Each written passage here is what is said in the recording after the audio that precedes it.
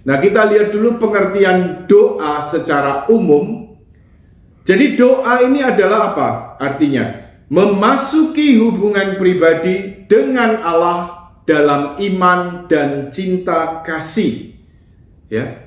Jadi sungguh-sungguh melalui doa sebenarnya kita diajak untuk apa? Masuk dalam hubungan pribadi, ya.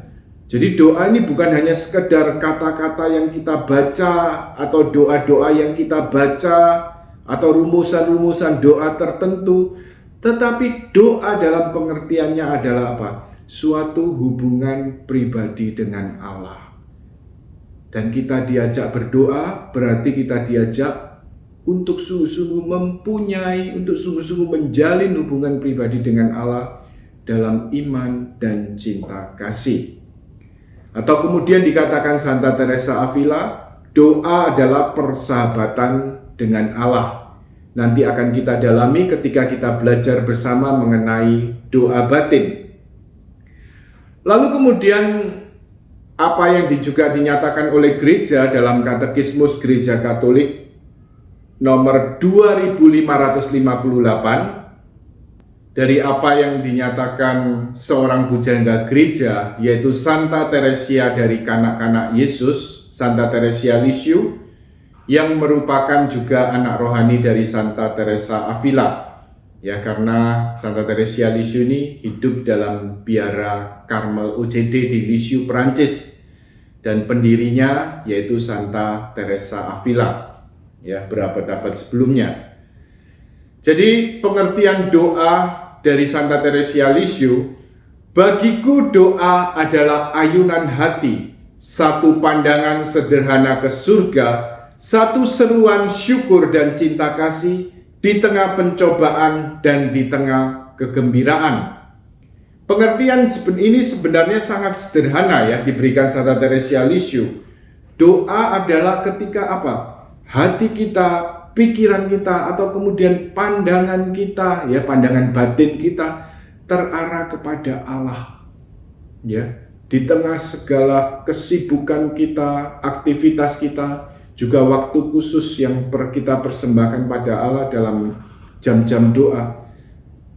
Nah, maka kita juga ketika pikiran, ingatan, hati kita terarah kepada Allah, sebenarnya kita sudah berdoa.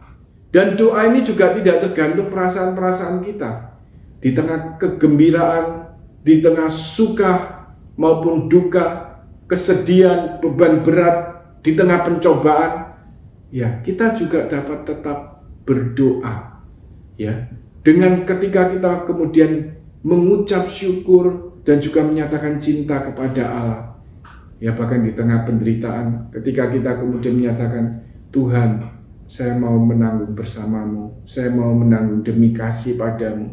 Nah, itu kemudian juga suatu doa, ya. Jadi doa menjadi sungguh-sungguh sangat sederhana, dan kita semua dipanggil untuk berdoa, ya.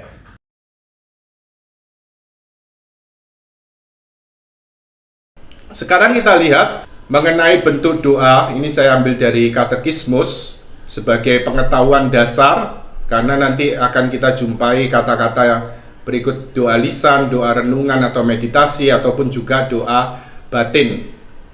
Jadi kalau kita bicara tentang doa, maka ada 3 jenis atau 3 bentuk. Yang pertama doa lisan atau vokal, lalu yang kedua doa renungan atau meditasi, yang ketiga doa batin.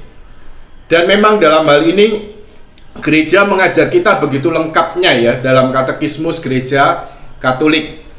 Dan ketika pembahasan pada bagian tentang doa, ini dapat Anda lihat, ternyata kemudian memang gereja mengajarkan bentuk-bentuk doa ini. Doa lisan atau vokal dari KGK, Katekismus Gereja Katolik 2700. Doa berbentuk kata-kata baik yang dipikirkan maupun yang diucapkan. Jadi baik kita doakan dalam hati, misalnya Bapa kami yang ada di surga, ini dengan suara, ataupun juga kita doakan dalam hati, Bapa kami yang ada di surga. Anda bisa doakan, coba Anda bisa doakan dengan kata-kata, Anda bisa doakan dalam hati. Ini bentuk doa vokal. Tapi doa vokal ini juga jangan diremehkan karena ini berharga. Yesus pun mengajarkan doa Bapa kami.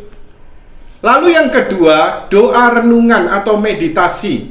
Suatu pencarian Allah dalam doa dengan memakai pikiran, daya khayal, perasaan, dan kerinduan. Yaitu memakai daya-daya batin.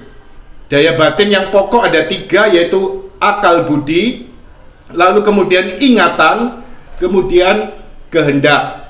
Jadi menggunakan daya-daya batin. Jadi dengan banyak renungan, artinya kemudian menggunakan pikiran, menggunakan fantasi atau imajinasi.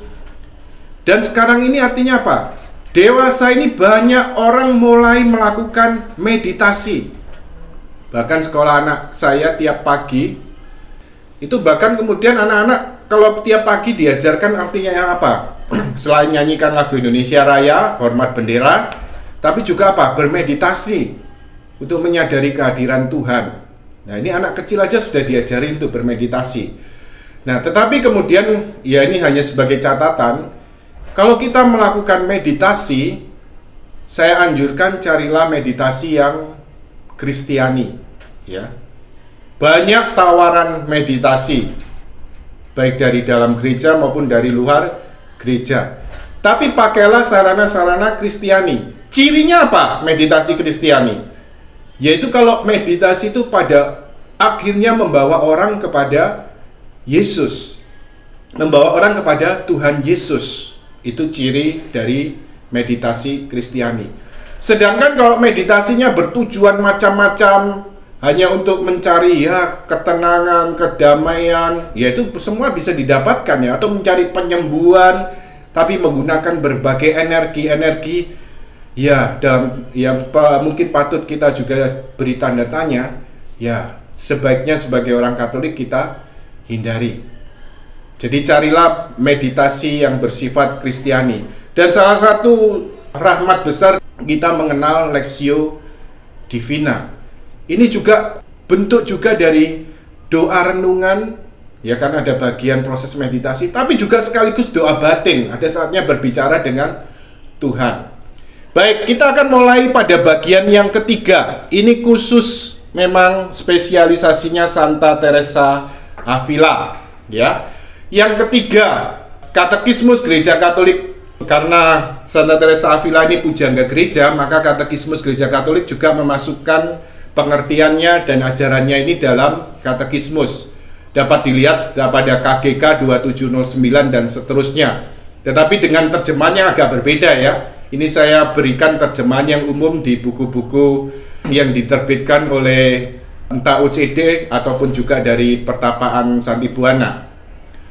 Baik, mari kita baca bersama pengertian doa batin ini ya. Suatu persahabatan yang sangat akrab, di mana kita seringkali berbicara seorang diri dengan dia, yang kita tahu bahwa ia mencintai kita. Nah, ada satu pengalaman, ini beberapa tahun yang lalu ya, saya pernah bertemu seorang imam OCD. Ya, OCD tadi Karmel yang didirikan oleh Santa Teresa Avila. Jadi imam di Kupang, lalu imam ini latar belakangnya dari India. Beliau diberi tugas untuk menjadi pembimbing novis untuk para frater OCD di Kupang sana. Nah, lalu saya tertarik untuk tanya pada beliau, karena selama ini diajarkan kalau melakukan doa batin biasanya pakai satu metode sederhana, yaitu apa? Doa Yesus ataupun juga Lectio Divina. Jadi kembali pada sharing dengan Pater OCD tadi, saya tanyakan, loh Pater, kalau biarawan OCD, frater-frater OCD atau imam-imam OCD atau suster-suster OCD ini berdoa, kalau doa batin, doa hening itu biasanya pakai apa? Pakai metode apa? Jadi Pater ini mengatakan ya bicara saja. Waktu itu saya belum terlalu mengerti maksudnya, tapi kemudian dalam perjalanan waktu ketika mulai mempelajari tentang Santa Teresa Avila, sebenarnya ya sederhana. Yang ditekankan oleh Santa Teresa Avila dalam doa batin, ya, Yaitu sebenarnya kita pegang saja kata kuncinya, persahabatan. Nah, persahabatan. Kita tentu di dunia ini punya sahabat. Tidak semua orang yang kita kenal, ya mungkin kita tukar kenalan, lalu tukar menukar WA, tidak semua masuk kategori sahabat.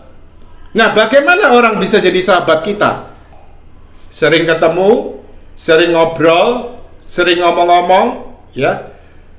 Artinya apa? Terus hadir, sering bertemu, sering hadir bersama. Tetapi disitulah sebenarnya inti persahabatan, sering bertemu, sering berbicara. Dan ini merupakan unsur hakiki doa batin. Ini yang kemudian ditekankan Teresa Avila. Tetapi kemudian Santa Teresa Avila menyebutkan dalam setiap tahap dari awal sampai pada puncaknya, yaitu pernikahan rohani, Teresa Avila mengungkapkan pentingnya orang sungguh-sungguh sadar doa adalah persahabatan dengan Allah. Doa adalah persahabatan dengan Allah. Diungkapkan Santa Teresa Avila, ini adalah cara yang terbaik untuk maju dalam waktu singkat. Saya menganggapnya maju bila jiwa berusaha tinggal dengan sahabat yang begitu berharga dan mengambil manfaat dari kesempatan ini, serta sungguh-sungguh mengasihi Tuhan yang begitu baik kepada kita. Ini satu cara untuk maju dalam kehidupan doa dan kehidupan rohani, yaitu apa? Selalu berusaha tinggal dalam hadirat sahabat ilahi kita.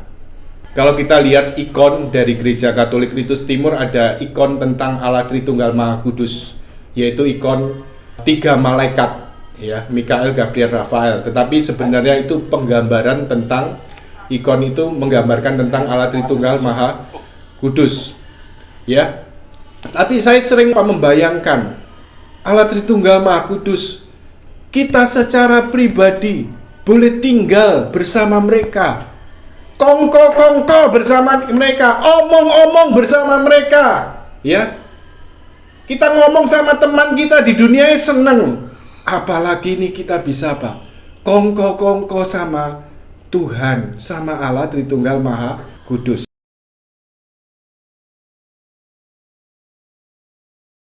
Dua poin yang akan selalu ditekankan Santa Teresa Avila terus-menerus dalam setiap tahap perkembangan hidup doa dari awal sampai puncaknya dalam pernikahan rohani, yaitu apa?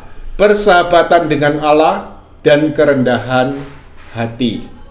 Ini dua yang benar-benar poin yang selalu dia tekankan terus-menerus, persahabatan dengan Allah dan kerendahan hati.